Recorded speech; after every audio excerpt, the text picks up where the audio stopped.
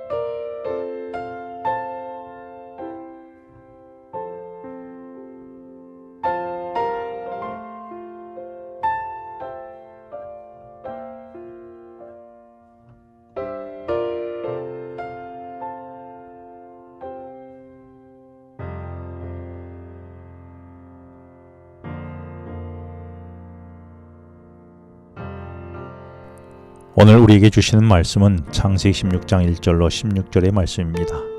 말씀을 시작하기 전에 기도하시겠습니다. 하나님 아버지, 말씀하시는 하나님의 음성을 통해 성령으로 제 마음을 열어주셔서 깨닫는 은혜를 허락하여 주시옵소서. 예수님의 이름으로 기도합니다. 지난 시간에 창세기 15장에서 아들이 없어 걱정하며 두려워하던 아브라함이 스스로 답을 찾으려고 자신의 종인 엘리에셀을 통해 후사를 이을까 고민하고 있었습니다. 그러나 하나님은 아브라함을 찾아와 두려워하지 말라며 밤하늘을 보여주셨고 밤하늘의 별처럼 무수한 후손을 다른 사람이 아닌 아브라함의 아들을 통해 주시겠다고 말씀해 주셨습니다.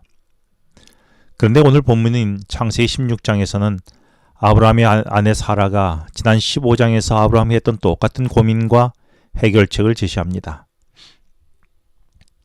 주시겠다는 아들이 보이지 않고 자신은 점점 늙어가기에 사라는 이 문제를 해결하는 방법은 자신의 종 하갈을 통해 후사를 보아야겠다고 생각했습니다. 어쩌면 이렇게도 부부가 같은지 모르겠습니다.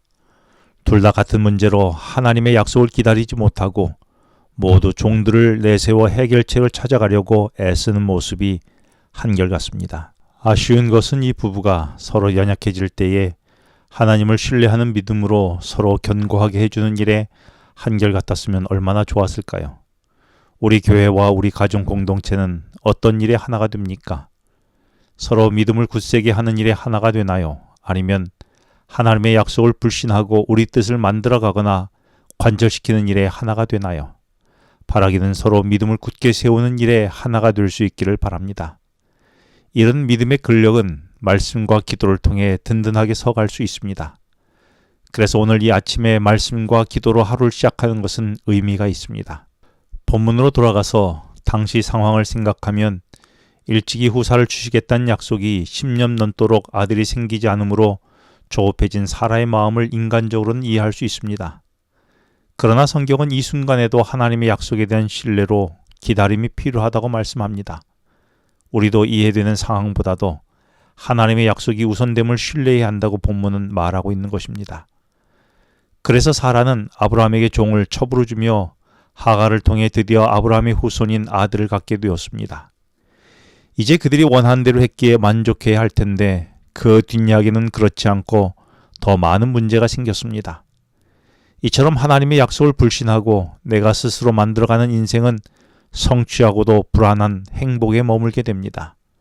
돈이 많으면, 내 집을 마련하면, 승진하면 행복할 줄 알고 인생을 몰아가지만 여전히 불안하고 만족하지 못하는 이유가 여기에 있는 것입니다. 하갈이 임신하여 원하는 아들을 아브라함은 가졌지만 그 결과는 집안의 분쟁으로 이어졌습니다. 하갈은 사라를 무시하고 사라는 하갈을 핍박하고 그 사이에서 아브라함은 얼마나 불편했을까요? 결국 하갈은 아브라함의 집에서 도망쳐 나오게 됩니다. 이것이 사람이 만들어가는 삶의 결말입니다. 하갈은 막상 도망은 쳤지만 임신한 몸으로 광야길을 방황하게 됩니다. 이런 하갈을 하나님은 보고만 계시지 않고 두려움에 쌓인 하갈을 찾아가십니다. 그리고 11절에서 그녀에게 내 고통의 소리를 들으셨다라고 말씀하시면서 그녀의 고통스러운 눈물을 닦아주십니다. 그리고 아들과 함께 그 자손의 번성까지 약속하십니다. 이에 하갈은 고난과 두려움 중에 있는 자신을 찾아주시고 자신의 고통을 들어주시는 하나님을 뵙고 난 다음에 큰 용기를 얻게 됩니다. 그래서 13절에 하갈은 하나님을 향해 하나님은 나를 보살피시는 분이라고 고백합니다. 그리고 이 하나님은 오늘 우리에게도 찾아오신 하나님 것을 성경은 이야기하고 있는 것입니다.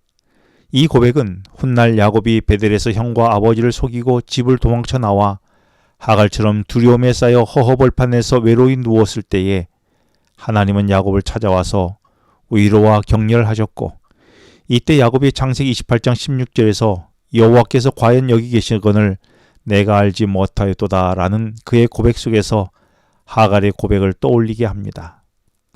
사실 하나님의 관심은 사라를 넘어 하갈에게까지 이르렀고, 이들이 각각 낳은 아들인 이삭을 넘어 이스마엘에게까지 도달함을 보게 됩니다. 이 땅에서 우리를 살피시는 하나님을 피할 사각지대란 없습니다. 이제 하나님은 하갈에게 주인 사라에게 돌아가라고 하십니다. 이 말은 하갈에게 좀처럼 실행하기 어려운 이야기지만 하나님의 사자는 하갈을 안심시키며 몇 가지 약속을 해줍니다. 10절에서 하갈의 후손이 셀 수 없을 만큼 많아질 것이라고 하고, 11절에서는 아들 이름을 이스마엘이라고 지으면서 그 이름의 뜻처럼 하나님이 늘 너의 소리를 들으신다고 말씀하시면서 어떤 비참한 상황에서도 하나님은 언제나 간절한 너의 작은 소리도 들으신다는 보증을 주신 것입니다. 하갈은 하나님의 들어주심에 대해 위로를 받고 14절에 고백하기를 나를 살피시는 살아계신 분은 생수가 솟아난 우물이라고 고백하며 부엘라헤로이라는 고백을 하게 됩니다. 하나님은 오늘 우리가 어떤 형편에 있든지 나를 살피시는 하나님이라고 말씀하십니다. 그래서 하나님은 모든 것을 들으시고 우리의 상황을 살피십니다. 그러므로 우리의 상황을 누구보다도 더 잘 아시는 그 주님 앞에 나아가는 성도들이 되길 간절히 바랍니다. 기도하시겠습니다. 사랑의 하나님, 거칠고 험한 세상을 살아갈 때마다 마음이 힘들고 지쳐서 포기하고 싶을 때에, 그리고 광야에서 홀로 있는 것처럼 느껴질 때에도 여전히 하나님이 내 마음과 내 생각과 내 기도를 들으신다는 부엘라헤로이라고 고백할 수 있는 믿음을 갖게 하여 주시옵소서. 그래서 나를 살피시고 나를 인도하시는 그 하나님을 믿고 그 하나님 품에 안겨 살아가는 우리가 되도록 인도하여 주시기를 예수님의 이름으로 기도합니다. 아멘. 지금은 개인 기도 시간입니다. 오늘 주신 말씀을 묵상하면서 주어진 기도 제목과 개인 기도 제목을 놓고 기도하시겠습니다.